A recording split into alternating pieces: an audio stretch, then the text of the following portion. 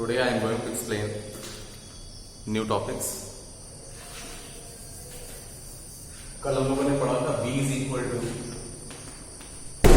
mu naught upon 4 pi I upon A bracket sin phi 1 plus sin phi 2. तो ये formula है magnetic field का due to straight current carrying wire of finite length. तो a distance पे ये formula है.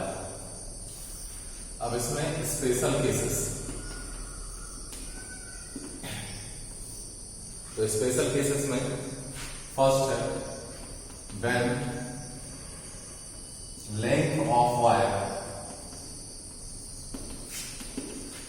Is infinity. तो अगर वायर की लेंथ इनफाइनाइट है तो उस केस में phi 1 equal phi 2 equal 90 degree. तो अगर यहां पर वायर की लेंथ को हम इनफाइनाइट ले लें तो phi 1 equal to phi 2 equal to 90 degree होगा. जैसे कि यहां से ये वायर था तो एंगल जो हमने लिए थे ये एंगल phi 1 था, दिस एंगल इज phi 2. तो अगर इसकी लेंथ को इनफाइनाइट कर दें तो इस केस में ये एंगल इंक्रीज होगा और इसकी value approx equal to 90 degree हो जाएगी. Then B is equal mu not upon 4 pi I upon A sine 90 plus sine 90 degree हो जाएगा. साइन 90 प्लस साइन 90 ये हो जाएगा 1 प्लस 1 2. तो B इज इक्वल टू है mu naught upon 4 pi into I upon A ये हो जाएगा 2. तो सॉल्व करने पर जाएगा B is equal mu not upon 4 pi into I upon A. ये 2 डिवाइड हो गया तो ये 2 आ जाएगा. तो mu not upon 2 pi I upon A ये मैग्नेटिक फील्ड का फॉर्मूला है due to a wire of length infinite. अगर वायर की लेंथ स्ट्रेट वायर है और उसकी लेंथ इनफाइनाइट है तो मैग्नेटिक फील्ड का जो फॉर्मूला है B is equal to mu not upon 2 pi into I upon A हो जाएगा.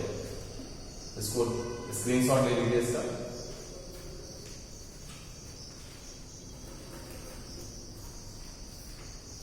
ओके, नेक्स्ट टॉपिक है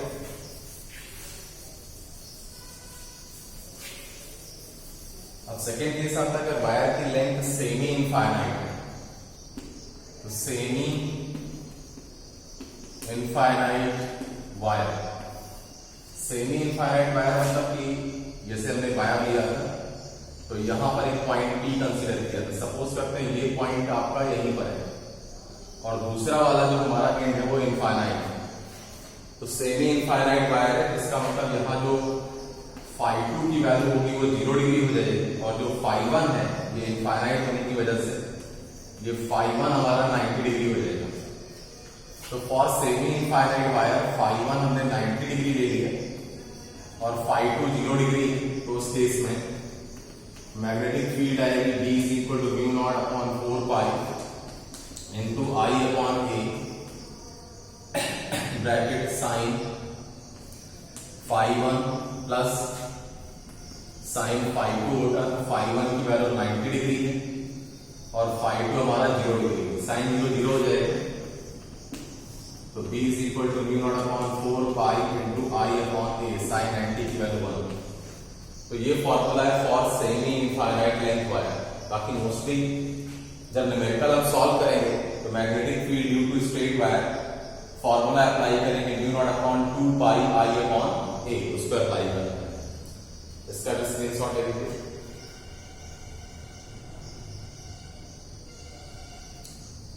ओके, नेक्स्ट टॉपिक है. इसमें हम डायरेक्शन ऑफ मैग्नेटिक फील्ड कैसे निकालेंगे.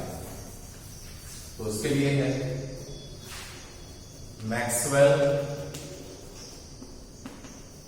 Right hand thumb rule. तो Maxwell right hand thumb rule से हमें direction of magnetic field find करनी है. जैसे कि ये हमारे पास एक स्ट्रेट वायर है, इट कैरीज I करंट और हमने इसको अपने ऐसे राइट हैंड में पकड़ा हुआ है. तो यहाँ जो फिंगर्स है वो ऐसे दिखा रहे हैं इसमें. इस तरीके से हमने इसको पकड़ा हुआ है और जो थंब है स्टैंडर्ड थंब ऐसे है, तो इस तरीके से हमने थंब को पकड़ा हुआ है। तो थंब बताता है डायरेक्शन ऑफ करंट को और जो इनक्लोज्ड फिंगर्स है ये बताती है direction of magnetic field lines. तो अगर स्ट्रेट वायर है तो यहां पर इस तरीके से इसको हम रिप्रेजेंट करेंगे, तो मैग्नेटिक फील्ड लाइंस का जो पैटर्न है कुछ ऐसा बनेगा कॉन्सेंट्रिक सर्कुलर शेप में, और मैग्नेटिक ये जो हमारे पास थंब है ये दिखा रहा है डायरेक्शन ऑफ करंट को, और फिंगर्स बताती हैं करंट मैग्नेटिक फील्ड कैसे है, तो ये हमारा एंटी क्लॉकवाइज है। तो एंटी क्लॉकवाइज का मतलब कि इस पॉइंट पर अगर स्ट्रेट वायर के इस तरफ हम फाइंड करें मैग्नेटिक फील्ड, तो ये होगी इनवर्ड परपेंडिकुलर इनवर्ड अंदर की तरफ, और यहां से मैग्नेटिक फील्ड अगर इधर निकालें तो ये होगी बाहर की तरफ, तो ये बाहर की तरफ आ रही है। तो यहाँ पर मैग्नेटिक फील्ड लाइंस इंटर करेंगी, यहाँ मैग्नेटिक फील्ड लाइंस बाहर आ रही है। तो इस तरीके से हम direction of magnetic field find कर सकते हैं due to straight current carrying conductor by applying Maxwell right hand thumb rule. तो इस रूल के according if we hold a straight wire in our right hand and extended thumb represent the direction of current, then enclosed fingers represent the direction of magnetic field lines। तो इस तरीके से इसको हम represent कर सकते हैं। अब इसके कुछ न्यूमेरिकल्स हम देखते हैं।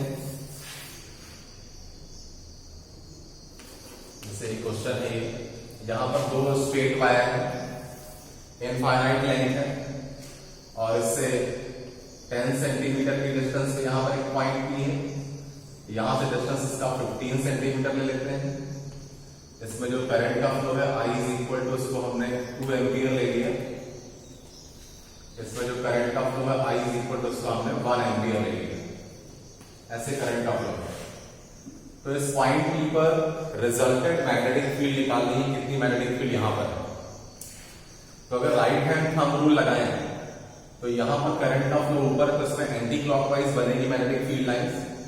तो मैग्नेटिक फील्ड लाइंस अगर एंटी क्लॉकवाइज बनेगी तो यहां पर मैग्नेटिक फील्ड जो होगी पहले वाले वायर, इसको P ले लेते हैं, इसको Q ड्यू टू P, तो इसको O कर लेते हैं यहां सेंटर पे। तो यहां पर जो मैग्नेटिक फील्ड की डायरेक्शन होगी at point O due to P wire, it will be perpendicular inward अंदर की तरफ। और अगर इस वाले से देखें तो यहां से magnetic field lines anti clockwise चलेंगी, यहां से बाहर आ रही है, तो इस वाले से मैग्नेटिक फील्ड इस पॉइंट पे जो होगी वो होगी परपेंडिकुलर आउटवर्ड। तो पहले हम P से निकालते हैं। तो magnetic field due to wire P, तो उसके लिए V1 इज इक्वल टू हो जाएगा बच्चों, स्ट्रेट वायर से फॉर्मूला है μ0/2 pi into I upon A है। सो V1 इज इक्वल, इसमें μ0 की वैल्यू हो जाएगी 4 पाई इंटू 10 पावर -7 अपॉन 2 पाई। करंट की वैल्यू है 2 एम्पियर, डिस्टेंस है बच्चों 10 सेंटीमीटर, तो 10 इंटू 10 पावर -2 मीटर में हो जाएगा। और इसमें जो डायरेक्शन आ रहा है दिस इज परपेंडिकुलर इनवर्ड अंदर की तरफ। तो इसको और हम सॉल्व कर लें, तो पाई से पाई कैंसिल, ये 2 कैंसिल, तो आ जाएगा 4 इंटू 10 पावर -7, ये बचेगा 10 पावर -1, ऊपर जाएगा 10 पावर +1 हो जाएगा। तो इसको सॉल्व करने पे आ जाएगा V1 is equal 4 into 10 power -6 tesla, और डायरेक्शन है परपेंडिकुलर इनवर्ड। इसके बाद हम फाइंड करेंगे magnetic field due to wire Q। तो पहले इसका स्क्रीनशॉट ले लीजिए।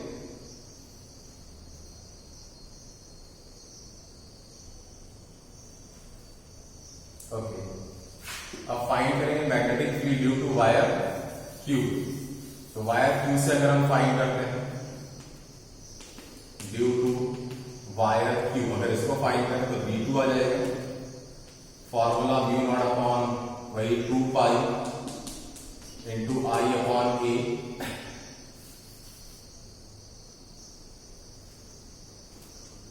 Into I upon A।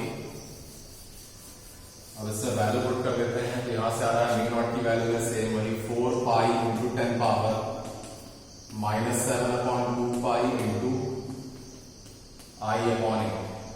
तो यहां से आई की वैल्यू हमारे पास 1 एम्पियर थी, डिस्टेंस 15 सेंटीमीटर तो 15 10 पावर माइनस 2 हो जाएगा। तो ये cancel, this is 2 into 10 power minus 7 upon 15 और ये चला जाएगा ऊपर, तो आ जाएगा हमारे पास 10 पावर प्लस 2। तो 2 इंटू 10 पावर माइनस 5 अपॉन 15। तो 5 से अगर उसको डिवाइड करते हैं तो 5.4 हो जाएगा, 5 3 15 इंटू 10 पावर माइनस 5। इसको और सॉल्व करें तो 3 1 जब 3 हो जाएगा, उसके बाद 1 3 3 9 इंटू 10 पावर माइनस 5। लिख सकते हैं 1.3 इंटू 10 पावर माइनस 6 टेस्ला, और ये है परपेंडिकुलर आउटवर्ड। तो ये परपेंडिकुलर आउटवर्ड निकला है।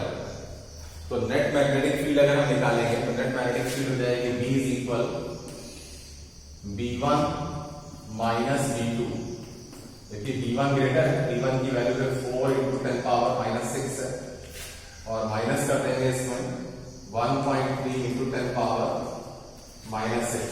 तो B इज इक्वल टू आ जाएगा 2.7 इंटू 10 पावर माइनस 6 टेस्ला, और जो डायरेक्शन होगी वो हो जाएगी परपेंडिकुलर